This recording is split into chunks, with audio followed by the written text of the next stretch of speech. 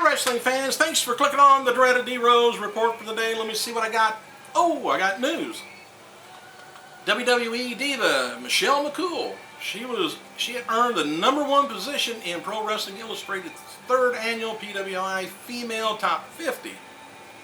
Charted 50 women in North America from July 1, 2009 to June 30th, 2010. She succeeds multi-time WWE Women's Champion Mickie James, who charted in #1 last year.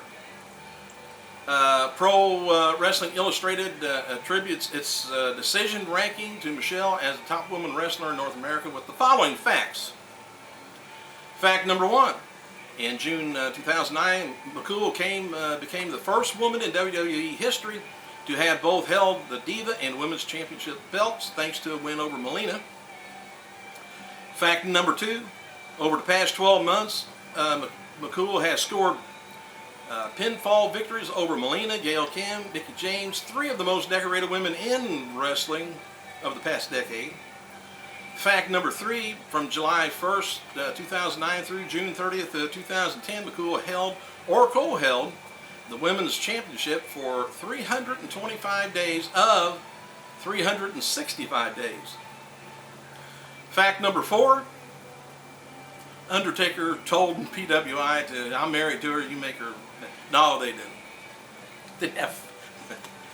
Anyway, Pro Wrestling Illustrated noted that the following regards, here's the way they talk about Michelle McCool. Said, here's another fact that Michelle McCool, a woman who has been revealed by fans and derided by its peers, is the best woman wrestler in the game today, like it or not. Alright. Here's the top 10, by the way. Maurice, number 10. Mischief, number 9. Mickie James, number 8. Mickie James fell quite a ways. Beth Phoenix is number 7. Madison Reigns, number 6. Eve Torres, number 5. In my opinion, Eve Torres is kind of being pushed a little bit too much on being number 5. There's a lot. Anyway, cheerleader Melissa, number 4. Mercedes Martinez is number 3. Angelina Love, number 2. And Michelle McCool, number 1. All right, from this point forward now, WWE reportedly plans to have a winner of NXT to strictly receive a championship match. The company officials have dropped the stipulation of the winner receive a contract, since many of the contestants, participants, whatever you want to call them, will ultimately end up on the roster anyway. Even the losers, losers still win. All right, Dixie Carter says, along with a phone call, well, she was talking about a phone call she received last week about a wrestler in TNA that she had wanted 2 years ago. Not a wrestler in TNA, but a wrestler wanting to come to TNA about 2 years ago that might have been interested in joining the company. That Dixie basically just turned down the wrestler, said she doesn't think TNA needs him right now, but the guy is called again. I wonder who it is. Alright, because there are far fewer openings for female talent than male talent on the WWE roster, if several NXT rookies gets over to warrant permanent spots on the brand, Wrestling Observer newsletter speculates that some of the current divas could be cut by springtime. I can see that happen too. But NXT rookie Kaitlin is among the most searched for topics on Google.com today, as her real name, by the way, is Celeste Bonin. Garnered as the largest amount of inquiries, or queries, whatever you want to call them. Got a little bit of history now. Not too much news went on today, but alright, here's some history. Everything, oh, by the way, stop, take time out, it's 9/11. Let's do a little remembrance of that. Next year is going to be 10 years. Flew by. And salute the men and women, a ton of people give their lives for our country. And all pretty much started right then. Don't tread on America. Alright, everything's on 9/11, by the way.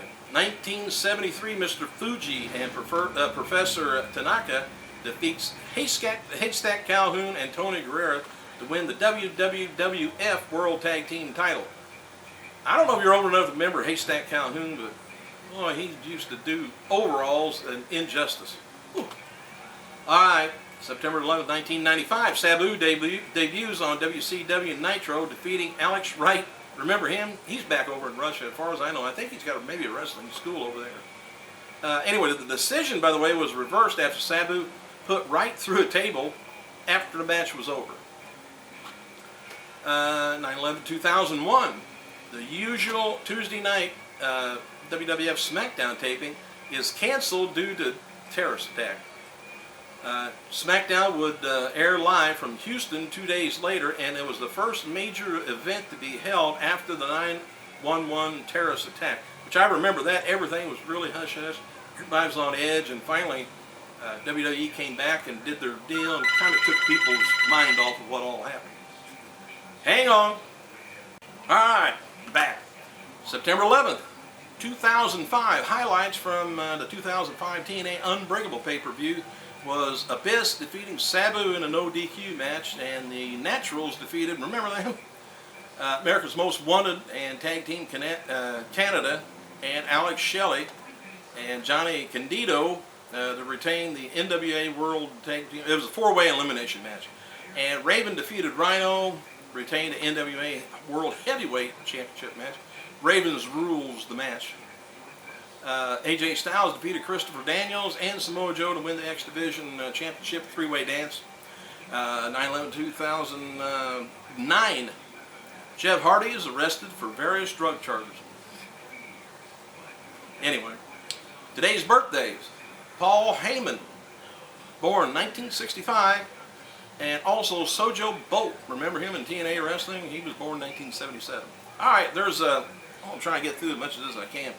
New York will host a TNA live event on Thursday, September 23rd, Hammerstein Ballroom, Manhattan Center, 7:30. You can get tickets at Ticketmaster or by phone. Tickets going to be available to purchase at Ticketmaster outlets also. Fans will purchase a ticket in the first four rows will receive a special meet and greet with the TNA superstars for 1 hour before the doors open. Redeemable with ticket that night of the show. Offer applies to the $100 floor tickets.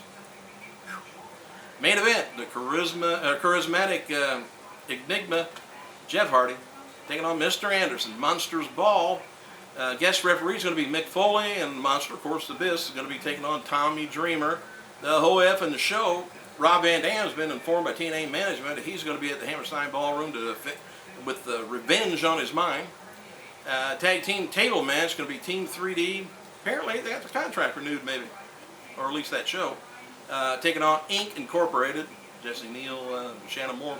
TNA Knockout Championship match. Beautiful Peoples. Angelina Love's going to be taking on Tara. X Division action is Jay Lethal taking on Amazing Red.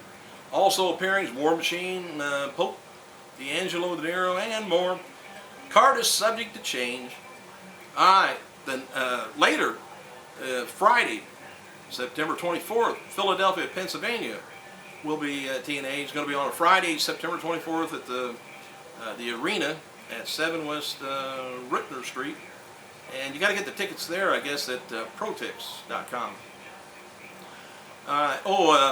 Then you got I think before the doors open, it only applies to $50 seats there. You got to you can get a meet and greet, I guess.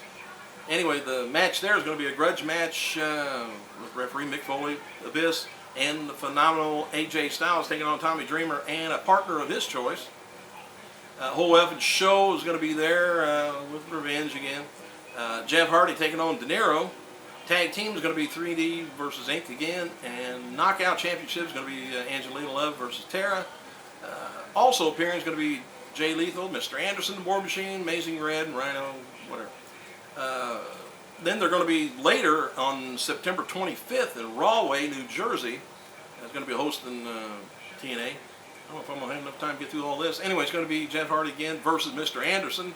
Mick Foley and Dreamer, who've been referee.